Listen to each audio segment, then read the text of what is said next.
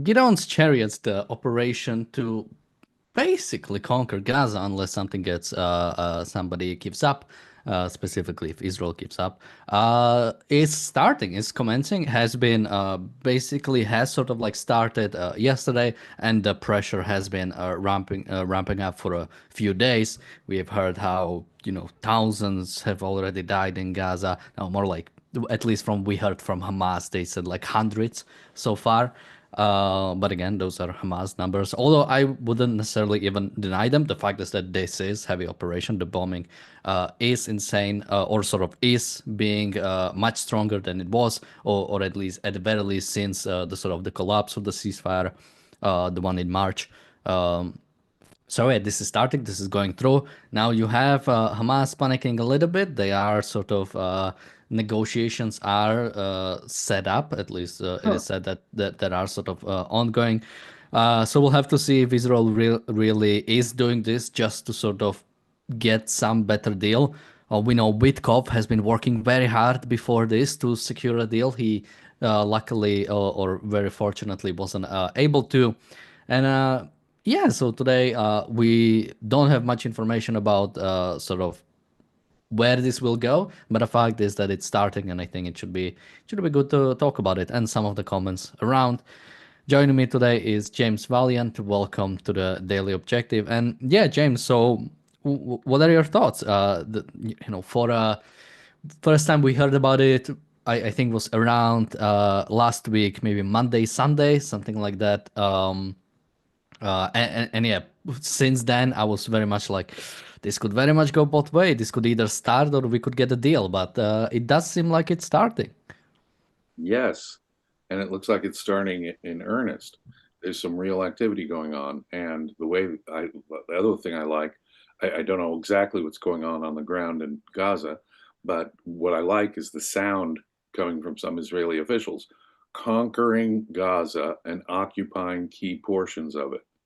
Whoa, why weren't we doing that more than a year ago? Why weren't we doing that in 2023? Conquering Gaza and occupying key areas of it.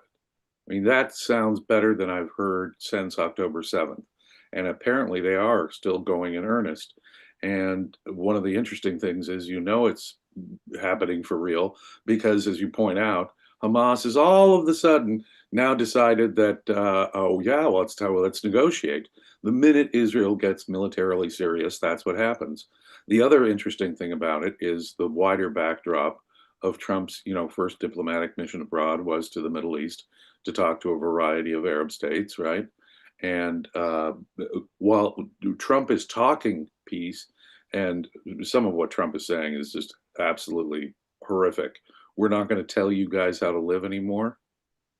I mean, America first no longer includes the belief that the respect for rights and that Western systems of government aren't superior. That's unfortunate. He doesn't care what kind of theocratic monarchs rule anywhere or what kind of government they are, and he doesn't even distinguish between the Arab states and their treatment of various people. But Trump is there with his disgusting rhetoric, making peace, trying to make peace around the region as much as he can, even as Israel is engaged in this. And so the thought is, well, is Israel doing this? Is Trump doing this? In the face of what Israel is having to do, or is Israel doing this, ignoring Mr. Trump and all his peace gestures to all of the Muslim states in the region, practically? So it's really interesting. It looks like Israel's going forth, whatever Trump's diplomatic uh, posturing is at the moment, and that's a good sign too. I don't know if it shows that to what extent there's daylight, because I don't know what communications are going on between Trump and Netanyahu, but Netanyahu seems to be waging war as Mr. Trump seems to be waging diplomacy at the very same time, kissing up to Qatar, which has been harboring Hamas, as we've said many times, for how long now? He's sucking up to Israel's normal enemies, trying to get, Trump's mind, he'll never get a Nobel Peace Prize, but he wants to be the hero who brought peace to a situation that everybody thought was not solvable. But the only thing that's, Mr. Trump, the only thing that's going to bring peace is not your personal magnetism, but Israel's effectiveness on the ground. It's Israel that has reshaped the Middle East utterly. Lebanon is different. Syria is different. The Houthis are in a different spot, although they're still capable of all kinds of trouble. And Mr. Trump will cut his side deal with them. See, that's the thing that really bothers me. And of course, he's perfectly willing to negotiate with Iran and is hopeful that we can get an agreement, an agreement like President Obama got, which just meant they kept developing atomic bombs, right? So, in all of that context, I think this is really terrific. At long last, we're getting a serious assault on Gaza that calls itself the conquest of Gaza and the occupation of key areas. Well, it is about time, is what I have to say. Maybe that's all I have to say on this matter. It's about time. In the face, even as Trump is engaged in his diplomatic efforts, Israel is going forward with a serious military campaign in Gaza. That's the only thing that gets Hamas to the negotiating table. I don't even want to negotiate with Hamas, but you'll notice how it's military action and military action alone that will prompt some kind of response from Hamas. Ignore that, Mr. Netanyahu, and you complete the task of conquering Gaza and occupying as much of it as you can. Yeah, and we'll go through some of Trump's comments a little bit later, although he hasn't commented on this situation specifically. Neither did Witkoff, although I think we'll cover some of his comments as well. But I think I'm figuring out sort of like how the Iranian deal is different. And basically, what you have to do is you have to think of Trump as a deity. That basically, when Obama did a deal, that was, of course, a bad deal because Obama is a sucker. But because Trump is a deity and infallible, he can do the same deal, but it's actually good because you I'm glad cannot you fall. glad you're understanding it. See, every time he says things like, well, October 7th wouldn't have happened if I had been president as opposed to Biden, or the invasion of the whole of Ukraine would have happened if I were president. Any diplomatic outcome that relies on Trump's personality being there is a failure, Mr. Trump, is a failure. Success is when you do something that has permanent, lasting consequences and doesn't depend upon your personal presence, your majesty, in order to be prevented. Insofar as it does, insofar as it's about Mr. Trump's ego, and there you bring up a very great point. Trump could cut the very same deal that Obama cut, and Republicans, when Obama did it, utterly denounced him. Every Republican in the Senate practically denounced Obama's deal with the Iranians. This time around, you could do the same deal, and nearly every Republican in the Senate would be on board. Yeah, his mighty Lord and Majesty, Mr. Trump, the world should not depend on you personally being in power for the evil forces in this world to be kept at bay. That's not diplomatic success or military success or strategic brilliance. That's this. Doesn't the world need me as the savior and Messiah? Which is sort of what you get between the lines. Just like when he says we're not going to tell the Muslim states in the region how they are supposed to live. What he's doing is he's denouncing Western liberalism. What he's denouncing is countries that enforce individual rights, have representative governments, and he's not distinguishing at all between countries that do or don't. He'll just let them wallow in their dark age primitivism without any moral lectures from America. That's considered practical, realpolitik, et cetera, et cetera, et cetera. No, whatever deal might be struck, Mr. Trump, is only as good as the nature of the governments that made it with you. Different leadership there would make a difference. She says different leadership with me would, of course, is what it hinges on. But if you make a deal with a dictatorship, even if they sincerely make the deal at the moment, it's still a dictatorship, and it hinges on the people in power. I'm afraid, to some extent, we have to consider how the country lives, what their system of government is, in order to achieve lasting peace, if that's what you want, because you're never going to get lasting peace from a theocratic dictatorship. We have a super chat from Jonathan. Thank you so much. And a super chat from Bonnie. Thank you so much. And yeah, sort of continuing to talk about the plan itself. Now we've done episodes about it, so I'll just cover one more quote to give people an idea. A central component of the plan is the broad evacuation of the entire Gazan population from the fighting zones, including northern Gaza, to areas in southern Gaza, while creating a separation between them and Hamas terrorists in order to allow the IDF operational freedom of action. Unlike in the past, the IDF will remain in any area that is conquered in order to prevent the return of terrorism, and will handle any area that is cleared in accordance with the Rafah model, where all threats were eliminated and it became part of the security zone.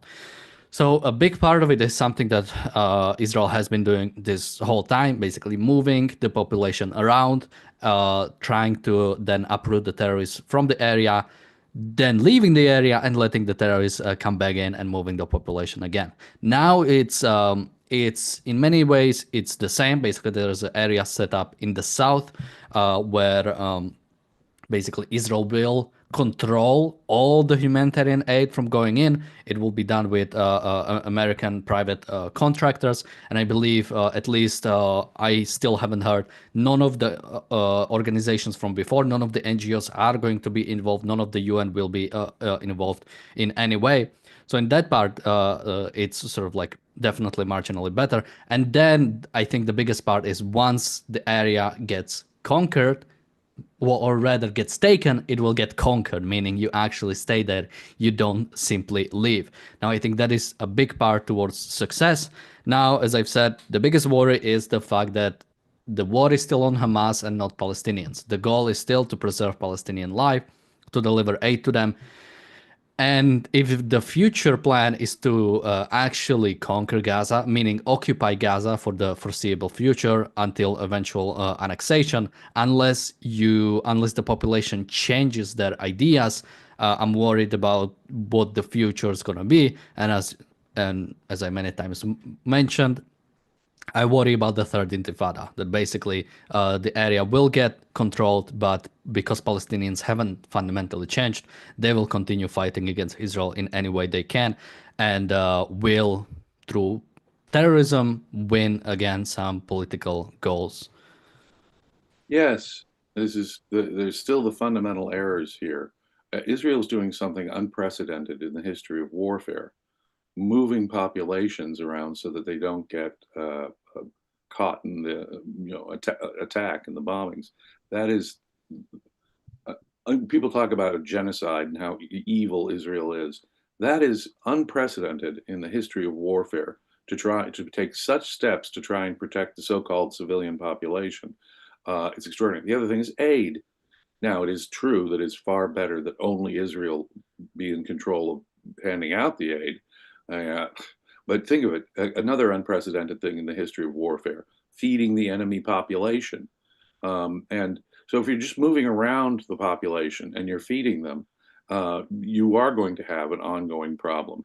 There's this, of course, bizarre mental separation that world leaders have between the population of Gaza and their Hamas rulers, the rulers they chose, by the way. And while it is true that many Palestinians in Gaza are losing confidence in Hamas because of what has happened over the last year and a half, it does not change their fundamental position. And so you brilliantly put your finger right on it. Even if this is successful, even if Israel succeeds in occupying the areas that they need to occupy, all they're setting themselves up for is another intifada kind of situation, right? And so you've brilliantly put your finger on it, Daniel. Um, uh, but in this context, this is one of the better moves we've seen. But look how long it's taken. And as you point out, look, we're just, because we don't realize the role of the population in Gaza in all of this, we're just setting ourselves up for more intifada type violence. Now, let's go to some of Trump's comments. So we only heard him from yesterday. Again, he didn't comment on this specifically. He said he was skeptical or unsure if Netanyahu could secure the release of the hostages. He said, "We'll know soon. They are not in good situation. We'll work together on this. We're looking at Gaza and we have to deal with it. There's a lot of bad stuff happening." Um, which, okay, I don't want to shit on Trump again, but someone once mentioned that he gets through every speech, every interview with like 15 words. And yeah, if you really listen to him, it's like the amount of things and stuff he says is pretty, but besides the point. So, It's not a very precise use of language, is it? I mean, here you are, you're a world leader describing military and diplomatic stuff. And here, I just use the word stuff. You're using words like, that thing or that stuff. We would appreciate, Mr. President, if you got a little more specific. But I think that comment also reveals a kind of moral intrinsicism on his part. You know, Violence bad no matter yeah, what. just to jump in, a lot of bad stuff is happening. Yeah, good. It Good. should. That's what happens in a war. Bad stuff happens. That's why you don't start But it, and that's why you it's finish it so as soon as possible. passive voice. Mistakes were made. Who did what to whom? Who is the bad guy? Who's the good guy? Who is acting first? Who is acting? Who's doing this? Who's doing that? So yeah, it's amazing how English can just the language that he uses just glosses over who's doing what to whom and why. What makes it bad? Who are the bad guys? It's just a lot of bad stuff, Daniel. Bad stuff is happening. It's like I would tell you tomorrow it's going to rain tomorrow afternoon. Rain will happen, and it just sort of happens as a natural phenomenon without making any moral uh, clarity, giving moral clarity on who's doing what. And so yeah, as we said, basically Hamas is now quick to, or at least there are some talks about that in Doha, the indirect negotiations started again. People are talking. Now I'm afraid about the passive voice because you mentioned it, and I cannot do it without passive voice. Hamas started indirect negotiations with Israel. There we go, without the passive voice. There we go. Hamas wants back because Israel's fighting. Just like every time Israel gets tough, that's the only time that Hamas feels the need to negotiate. Let's name the parties and name why they're doing what they're doing and who's doing what. Yeah.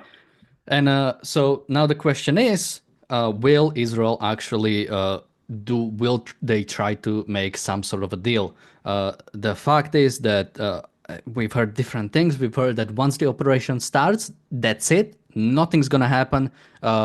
Basically, it was supposed to be that by the time Trump leaves the Middle East, this operation will start. Now, I'm not sure if he did already leave the Middle East, but I think it was supposed to be around this time. So I think he did leave, and yeah, Israel has started this operation.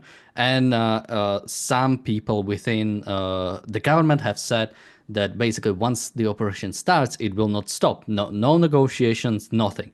Now the negotiations are already happening. Israel is in talks with Hamas. So the It's big, insane. Let me just yeah. stop there and say, until and unless we get all the hostages and all the bodies back and we get an unconditional surrender from Hamas, we will lay down our arms, we'll show you where we are, we surrender, you win. Total capitulation. Negotiation is total sanctioning of evil. And that's exactly what happens. And it perpetuates that sanction, just perpetuates the evil. So it will not eliminate Hamas. Do not negotiate with Hamas. If they all suddenly disarm, release hostages, wave the white flag, and say, yes, come into Gaza, we lost. Until they reach that point psychologically, what is even the point of talking to them? Now, we've also heard, now I don't know where I put this quote from. I think it might have been from the Arab League or some Arab nations. The quote is, "We call on international community to exert pressure to end the bloodshed and ensure that urgent humanitarian aid can enter without obstacles all areas in need in Gaza." And I've already seen posts from Guterres talking about the terrible situation in Gaza. I'm sure everybody is talking about the terrible situation in Gaza, which again brings you At this point, I think it is sort of on Israel, the fact that, of course, the moral blame is still on Guterres, on the UN, on the international communities who call for the ceasefire. They are calling for Hamas to basically be able to get away with it. They are calling for Palestinians to basically get away with attempting to drive Jews into the sea, basically getting away with it. But also, I think Israel plays some role in that, in the fact that they haven't done what was necessary. I mean, this Operation Gideon's Chariots, the way it's being done, this is something that could have easily happened few weeks into the war. You Absolutely. Why probably was it happening in 2023? Well, Why there was there there was a worry about, of course, something we said on October 7 is we have to presume that all hostages are dead. We cannot allow for any negotiations because that would only bring more pain in the future and basically would make it unable to actually properly fight the war. And I think that that is the big part of it. At this point, most of the hostages in Gaza are dead that are still built. I think at the most we have about 2 dozen, and even that number might be too high. So I think, yeah, a few weeks after October 7th, because this operation definitely requires some prep time. But few weeks into the war, pretty much the same thing should have happened. Say we are going into Gaza, every plot of land that we conquer, we are keeping forever. This is something we've also heard from Netanyahu in the last few days, that this is an occupation forever. So yeah, you start it as soon as possible. You started when Israel still had some backing of the world behind it. Even then, very quickly that would fall off, as it did in reality. Very quickly, any sort of support for Israel went away. But when you do it with just a little bit support, just do it quickly, do whatever is necessary, and finish it as soon as possible. And the fact that Israel has been dragging this for a year and a half is why, yeah, people can say that. Well, I still shouldn't be able to say, but they will do it. Yeah. You know, I question even the premise about the hostages. If they had done this back in 2023, we might have gotten more living hostages out. We don't know. But you don't make the hostages, you don't submit to their blackmail and say, pull your punches because they've got hostages. If you care about future hostages, future October 7th happening, but if we had taken that course and where we'd said, no, I'm sorry, it's all out war immediately against you, I just have, it is a sheer assumption on people's parts that that somehow saved hostage lives. No, we might have gotten out a whole lot more living hostages.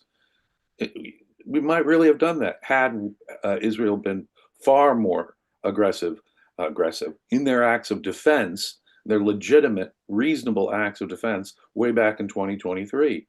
So I don't even buy into the premise that this. Uh, think of all the prolonged suffering that that the hostages had to endure. That certainly would have been avoided, and we might have gotten more living hostages out. I really don't know the answer even to that question. Had they been, more serious about this, doing something like this way back in 2023, it does not automatically follow.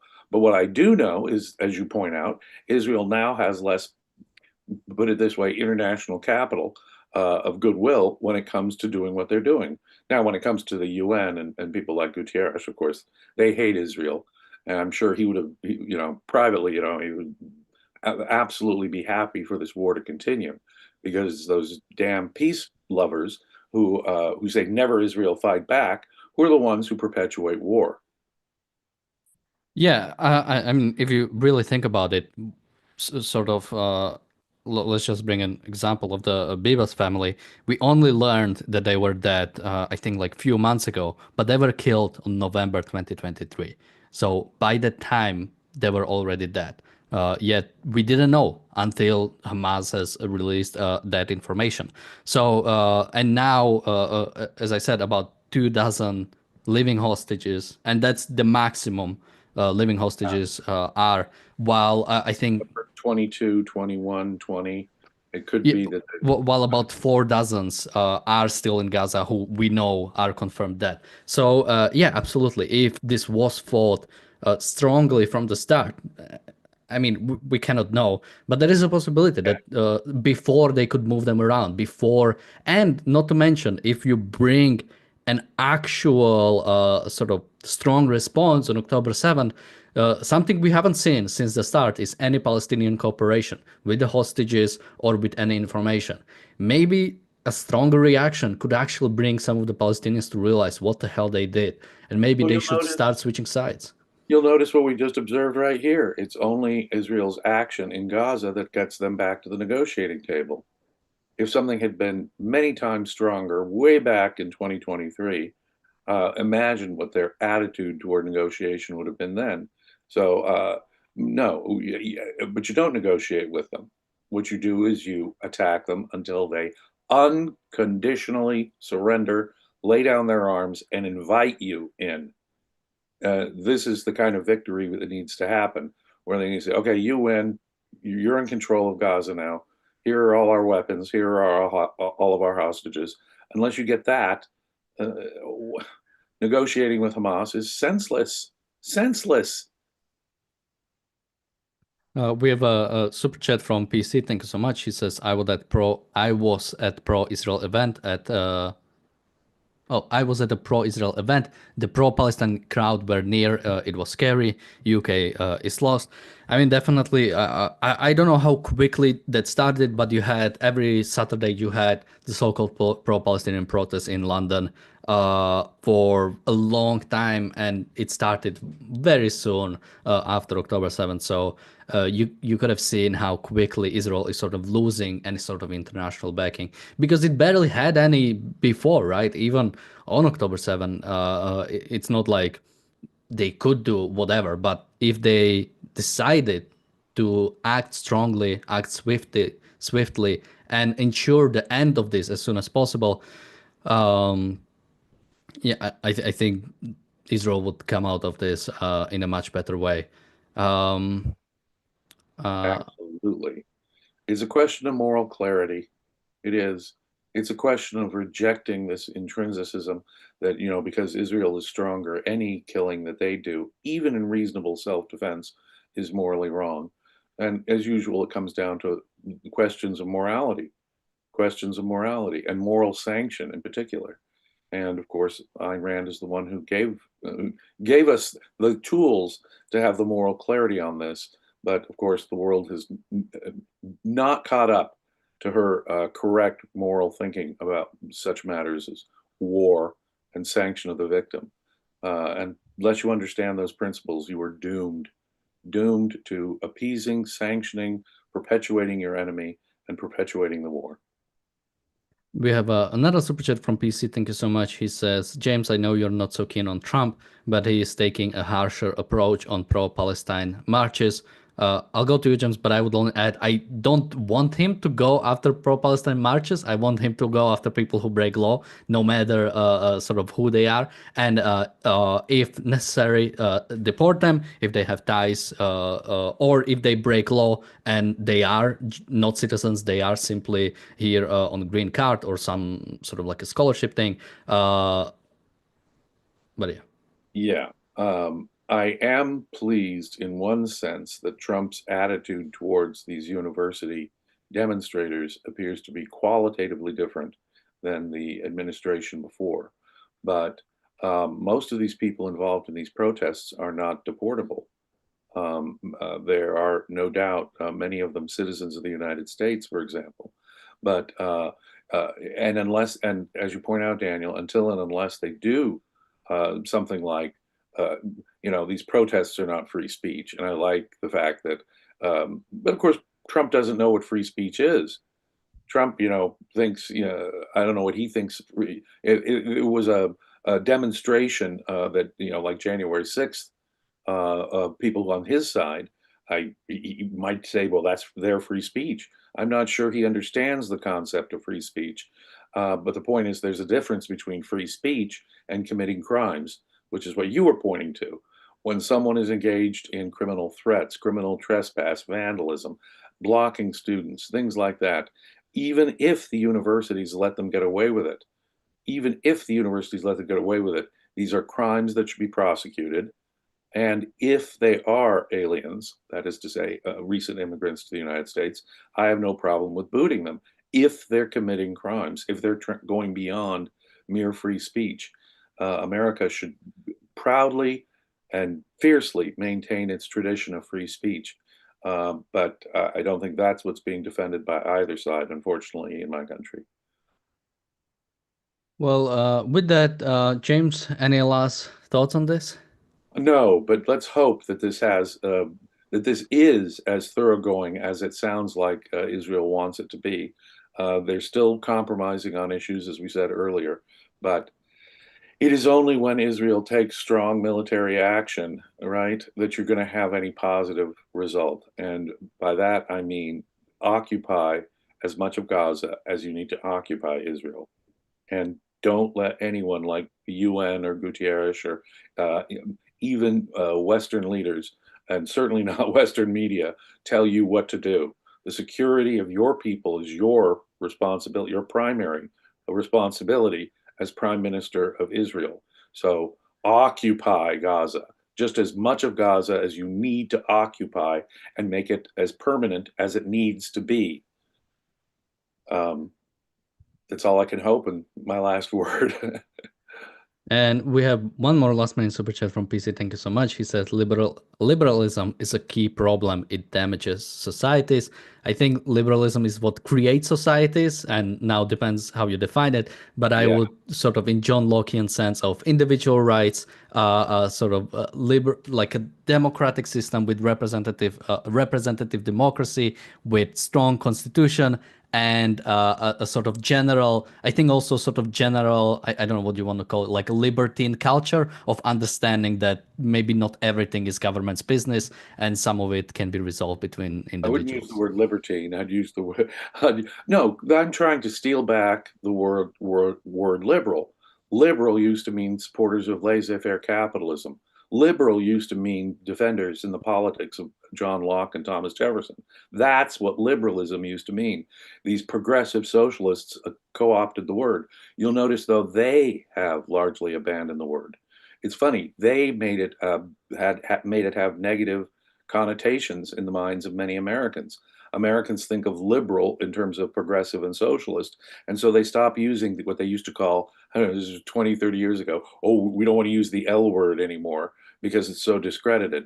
Well, if they've dropped the L word, let's pick it up because that term used to describe the people who advocated individual rights and liberty, people who weren't conservatives, people who are thinking of a grand future where there's all kinds of changes that happens culturally, technologically, scientifically, endless vistas of progress. Again, they've stolen a word like progressive for their own purposes, for the most regressive, primordial politics possible. But if they've abandoned the word liberal, the word belongs to us. And so when I mean liberal, PC, I mean Thomas Jefferson. I don't mean, these progressive wokies. No. All right, I take back the word libertine. I thought it meant something completely different. I Googled it. I made a mistake. Maybe I was thinking of a different word. Not libertine, just liberal. Again, the founding fathers were not conservative, as some people on the right like to say. They were radical, and they were radical liberals. Um, Exactly. Exactly. Words like liberal and radical belong to us because we're the ones seeking a better future and fundamental change. That's what radical means. People who are seeking fundamental change. And when they used to call Marxists people seeking fundamental change, no, they were advocating for primordial dictatorship that the world has suffered from for millennia. No, it is only we who really have claim to the titles of liberal or, in this context, liberal radicalism. Um, yeah. So I know it can be confusing, and I know most people still associate the word liberal with the left, but it's ours. It's my word. I'm a liberal. I'm the true liberal. Okay, not AOC or Bernie Sanders. Yeah, and we have to understand it because also the people on the left understand it. No socialist would call themselves liberal. They understand that they are against liberalism. They are against the American system because oftentimes the left has sort of better grasp of understanding what the situation is. Now they want to change it, which is a problem. But yeah, they understand it. So we have to understand it also. We have a super chat from Race. Thank you so much. He says liberalism is not Marxism and progressivism. Yeah, that's basically the point we are making. And another super chat so I baited another super chat from PC. Thank you so much. He says, yes, progressive, I meant. Yeah, that's what people who use sort of liberal in a bad sense usually actually refer to progressives. It's a word you have to define how you're using it when you use it, because it's been so warped all out of proportion by its users that I have to say, when I mean liberal, I mean the liberal order of individual rights, representative government, free market economics. You know, free market economics was what was people used to call liberalism back in the early days of the 20th century and throughout the 19th century. In my country in particular, the word liberal was simply hijacked by the left, just to bear in mind. So we have to, whenever I use it, I have to be very keen to distinguish what I mean. I do not mean, you know, the people who called themselves liberals and, you know, in contemporary times who are on the left. No, yeah. But let's take it back. It's a word worth rescuing. We're for freedom. We're for individual freedom. We are for actually a future of unlimited possibilities. We're the liberals. And just PC in the chat says the Democrats are no good today. It's not the party of JFK today. I wouldn't say the party of JFK is in any way, well, maybe better just by some sort of marginal thing, but I wouldn't call it as like that's, if today's Democratic candidate was JFK, okay, that's gonna save us. Check Or out an article by Ayn Rand called The Fascist New Frontier. And you'll get her perspective on Mr. Kennedy. But yeah, has the left gotten worse? Yeah, the left has gotten worse decade after decade after decade because they were allowed to steal the moral high ground of words, precisely because they were allowed to steal the moral high ground of words like liberal. well, with that, thank you, James, for joining me today. Thank you, everybody, for watching. We'll be back tomorrow with another episode of the Daily Objective. Until then, bye bye. Be safe.